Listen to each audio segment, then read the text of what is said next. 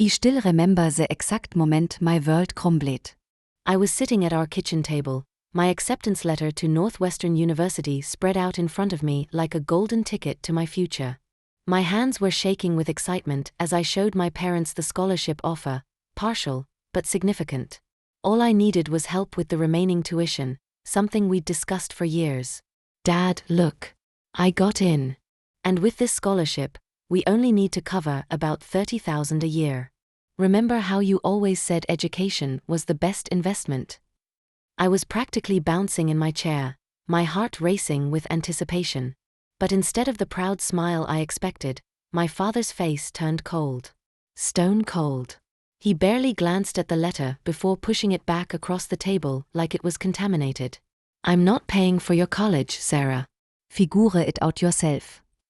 The words hit me like a physical blow. I sat there, stunned, waiting for him to laugh and say he was joking. But he didn't. He just stood up, grabbed his coffee, and walked away like he hadn't just destroyed my dreams with 6 simple words. "But Dad, we've been planning this since I was 12. I called after him, my voice cracking.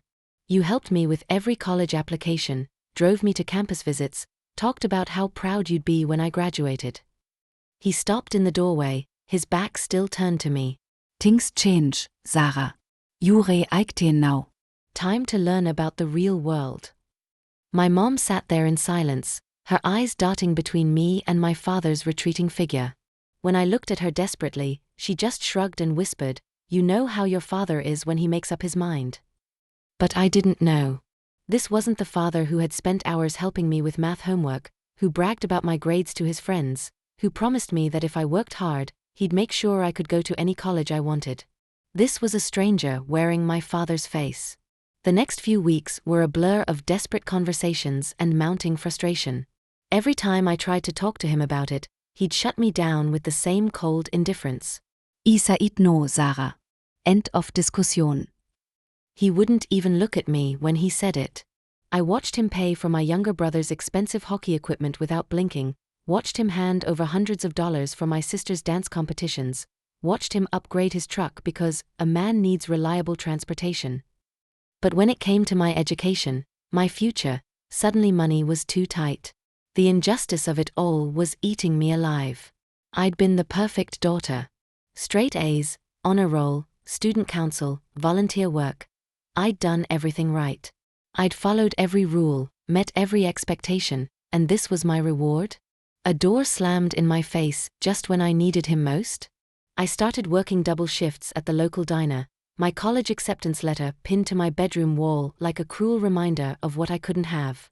Ever night, I starre at it and wonder what I done wrong. Had I said something? Done so meeting? Was I being punished for something I couldn't even remember? The worst part was how everyone else in the family acted like it was normal. Like fathers just randomly decided to destroy their children's futures for no reason. My siblings avoided the topic entirely, and my mom would just say, "Your father works hard for his money, honey. He gets to decide how to spend it." But I knew there was more to it. I could feel it in the way he'd look at me sometimes.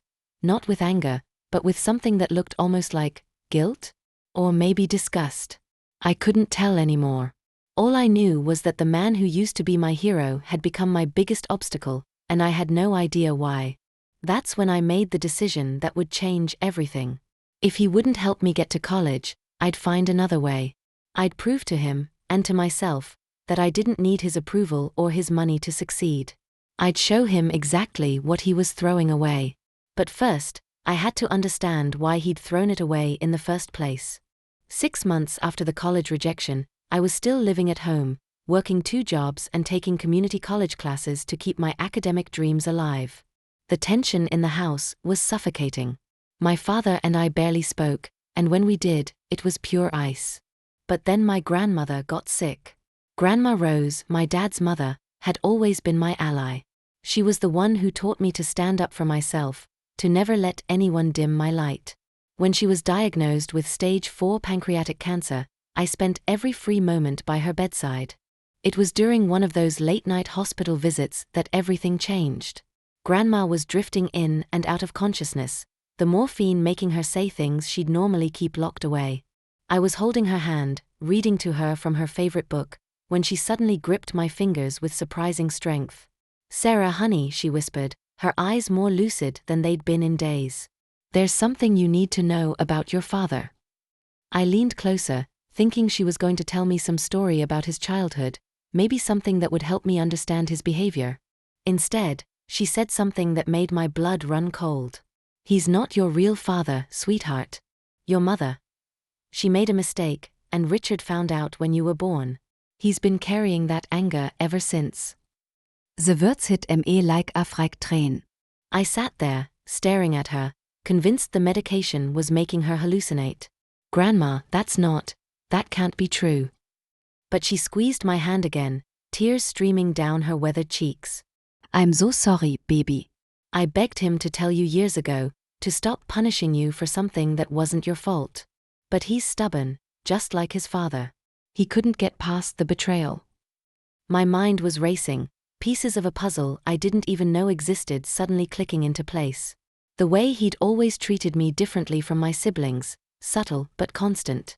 How he'd brag about my brother's athletic achievements but barely acknowledge my academic success. The way he'd sometimes look at me like I was a stranger in his own house. "Who?" he managed to whisper. "Who is my real father?" Grandma's eyes fluttered closed, and for a moment I thought she'd fallen asleep. Then she opened them again, looking directly at me. "Thomas Mitchell. Your mother's first love. He lives in Seattle now, has his own family. She never told him about you." The next few days passed in a haze. Grandma Rose died peacefully in her sleep, and I was left with a secret that felt like it was burning a hole through my chest. I watched my father, the man who'd raised me, who I'd called Dad for 18 years, deliver her eulogy, and all I could think about was how much pain he must have been carrying all this time. But understanding his pain didn't excuse what he'd done to me. If anything, it made it worse. He'd punished an innocent child for her mother's mistakes. He'd let his hurt turn into cruelty, and I'd been the one to pay the price. I made a decision that terrified me. I was going to find out the truth for myself. It took me 3 weeks to save up for a DNA test kit. I ordered it online, my hands shaking as I filled out the forms. What if Grandma was wrong? What if she was right? Either way, my life was about to change forever. The waiting was torture. 2 weeks felt like 2 years. I went through the motions of daily life, work, classes, family dinners where I could barely look at my parents, while inside, I was falling apart.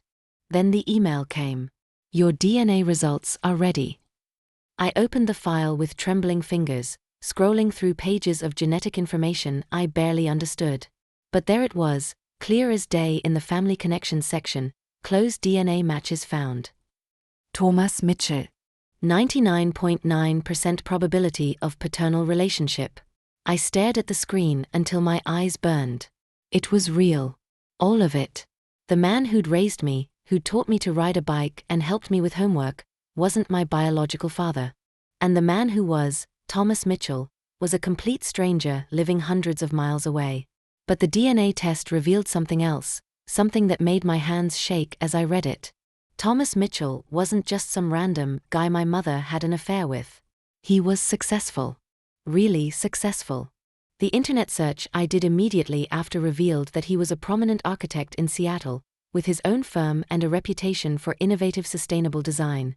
More importantly, he had a daughter just 2 years younger than me.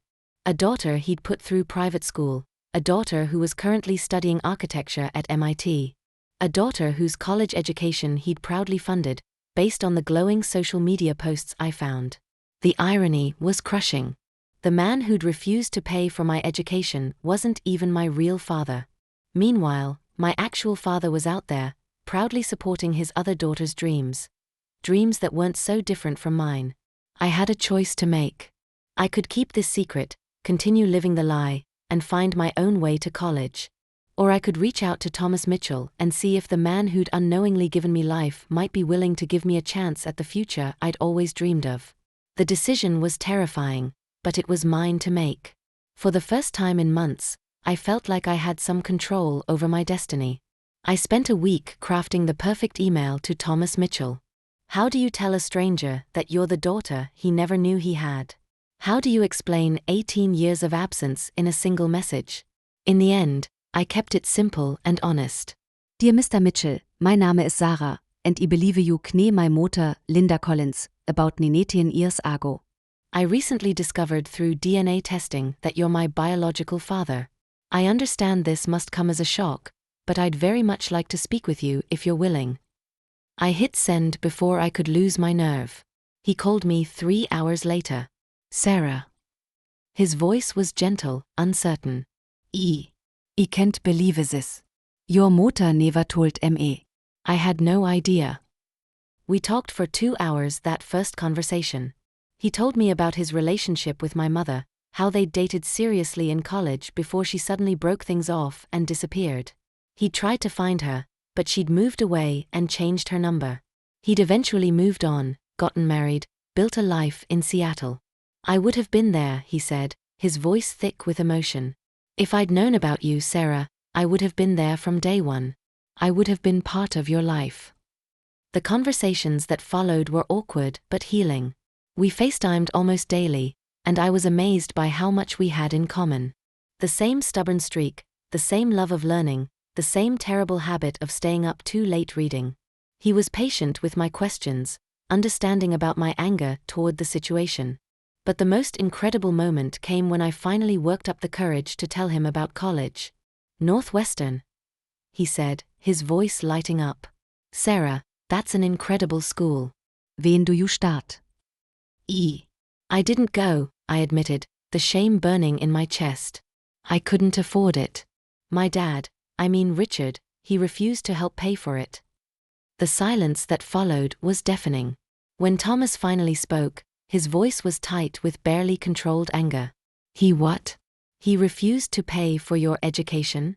After raising you for 18 years. I found myself defending the man who'd broken my heart. He found out about you. When I was born. I think he just couldn't get past it. That's not your fault, Sarah. That's never been your fault. Thomas's voice was firm, protective in a way I'd never experienced before. And it's not going to stop you from getting the education you deserve. 2 weeks later, I was on a plane to Seattle. Meeting Thomas in person was surreal. He had my eyes, my stubborn chin, my habit of talking with my hands when I got excited. But more than that, he had something I'd been missing for months, unwavering support for my dreams. We're going to make this work, he said over dinner at his house, his wife Emma and daughter Claire welcoming me like I'd always been part of the family. It's late in the game, but Northwestern holds spots for exceptional circumstances. I'm going to make some calls. He did more than make calls. He flew to Chicago with me, sat in the admissions office, and personally advocated for my case. He explained the situation, the delayed enrollment due to family circumstances, my excellent academic record, my work ethic proven by the jobs I'd held to support myself. 3 days later, I had a spot in Northwestern's spring semester. But the real transformation wasn't about college. It was about finally understanding my worth. Thomas didn't just offer to pay my tuition. He was proud to do it. He bragged about my grades to his friends, asked about my classes, celebrated my achievements like they mattered. For the first time in my life, I felt like I was enough just as I was. The hardest part was going back home to pack. Richard was in the living room when I walked in with my suitcase, and for a moment, our eyes met. I saw something there, regret, maybe, or loss. But it was too late for that now. So you're really leaving, he said quietly. I'm going to college, I replied, my voice steady for the first time in months. Like I always planned to. He nodded slowly, and I thought maybe he was going to apologize or explain, or try to make things right. Instead, he just said, "Good luck, Sarah." I wanted to be angry, but I wasn't anymore. I was free. Now, 2 years later, I'm thriving at Northwestern. I'm studying journalism, and I've already had internships at 2 major publications. Thomas and I talk several times a week, and I've built a real relationship with my half-sister Claire. Emma treats me like her own daughter, and I finally know what it feels like to have a family that supports your dreams instead of crushing them. Sometimes people ask me if I'm angry about all the time I lost, all the pain I went through. The truth is, I'm grateful. I'm grateful for the rejection that forced me to become stronger. I'm grateful for the DNA test that revealed the truth. And yes, I'm even grateful for Richard's cruelty, because it taught me that I don't need anyone's permission to chase my dreams. The man who refused to pay for my college taught me the most valuable lesson of all. I am enough, exactly as I am, and I deserve people in my life who recognize that. Thomas didn't just give me tuition money. He gave me the gift of knowing I was wanted, supported, and loved. And that, it turns out, was worth more than any college degree could ever be.